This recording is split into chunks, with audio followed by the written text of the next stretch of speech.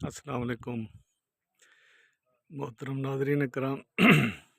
ये दरबार है हज़रत सखी शेरू और हज़रत सखी शेर अली।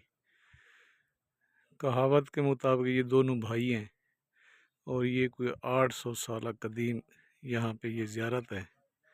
और ये जो मकाम है जिस इलाके में मैं मौजूद हूँ इसका नाम है द्रागुल। द्रागुल जो ये एक पहाड़ी इलाका है और ये तहसील जामपुर, ज़िला राजनपुर, सूबा पंजाब, पाकिस्तान का हिस्सा है।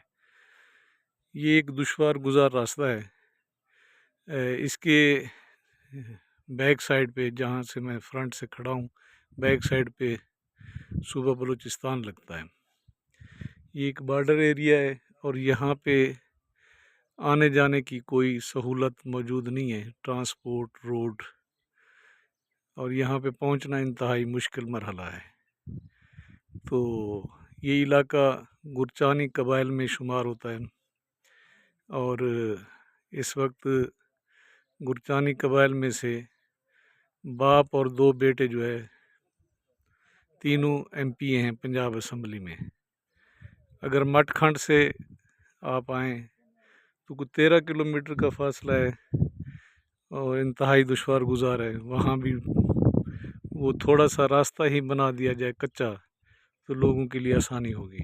बाकी बिजली, पानी, तालीम, सेहत, वो कोई सहूलत यहाँ पे मौजूद नहीं है। सिर्फ रास्ता ही बना दिया जाए तो मेरे ख़्याल में ये बहुत बड़ी बात होगी, ताकि लोग जो यहाँ पे आना चाहते हैं।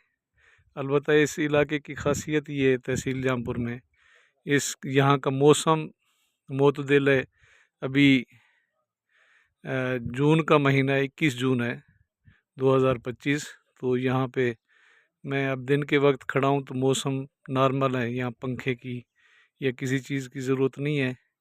और यहाँ पे फोर्ट मंडरू भी करीब लगता है और माड़ी भी, तकरीबन उसके दरमियान में ये इलाका आता है। तो उन दोनों से इसका जो एनवायरनमेंट है और मौसम है वो बहुत ही अच्छा है। सिर्फ़ और सिर्फ यहाँ पे पहुँचना मुश्किल है। शायद इसी वजह से इसको जो है ना मुश्किल बनाया हुआ है कि यहाँ पे कोई बंदा ना पहुँच सके। मैं क्योंकि ख़ुद जामपुर का रिहायशी हूँ तो ज़िंदगी में मैं पहली दफ़ा आया हूँ, शायद फिर कभी ना आऊँ। जिस तरीके से मैं पहुँचा हूँ वो बताने के लिए मुझे एक अलहदा वीलॉग करने की ज़रूरत पड़ेगी कि किस तरीके से मैं यहाँ पे पहुँचा हूँ। और इसी तरह वापसी भी मुश्किल है। यहाँ काफ़ी ज़ायरीन भी आते हैं, उनके लिए रिहाइश का इंतज़ाम भी मौजूद है। यहाँ उनको लंगर पानी भी मिल जाता है, मुश्किल नहीं है यहाँ पे। सिर्फ यहाँ पे जो है आना बहुत इंतहाई दुश्वार है, कठिन है।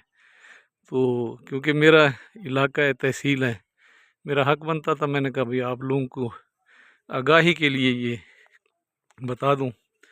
यहाँ के कुछ मनाज़र मैंने लिए हैं तो वो भी आपके इंशाअल्लाह मैं दिखाऊंगा। और यहाँ लोग भी बैठे हुए हैं, ज़ियारत करने के लिए आए हुए हैं। और यहाँ पे जो है काफ़ी मुश्किल सूरत हाल में लोग पहुँचते हैं और यहाँ के लोगों का कोई ख़ास मतालबा नहीं है। सिर्फ़ और सिर्फ उनका ये है कि भाई यहाँ पे उनके लिए कोई रास्ते की आसानी पैदा कर दी जाए। बाकी नेचुरल माहौल में रहते हैं लोग, कोई उनके लिए वो नहीं है। यहाँ बलूचिस्तान से भी लोग बहुत आते हैं और यहाँ पे जितने भी बलोच ट्राइब्स हैं वो इन ज़ियारात को आते हैं। उनके लिए यहाँ पे इंतज़ामात किए गए हैं। यहाँ पे बैठने के भी इंतज़ामात हैं, उनके खाने के भी हैं, रिहाइश का इंतज़ाम भी है। सिर्फ़ और सिर्फ मतालबा एक ही मतालबा है कि यहाँ लोगों को रास्ते की आसानी दे दी जाए। तो यहाँ पे ज़ायरीन मैं आपको दिखाऊं, छोटी ज़ेरीन से, खानपुर से और काफ़ी जगह से यहाँ पे लोग आए हुए हैं। यहाँ पे खिदमत गुज़ार भी मौजूद हैं, ये हर वक्त लोगों की खिदमत करते रहते हैं। उनके लिए खाना, चाय, पानी, अल्लाह ताला ने इनको ये हौसला दिया है। यहाँ इसी दरबार में रहते हैं, ज़ायरीन की खिदमत करते हैं। तो ये इनकी बहुत बड़ी काविश है, अल्लाह ताला इनमें बरकत अता फ़रमाए।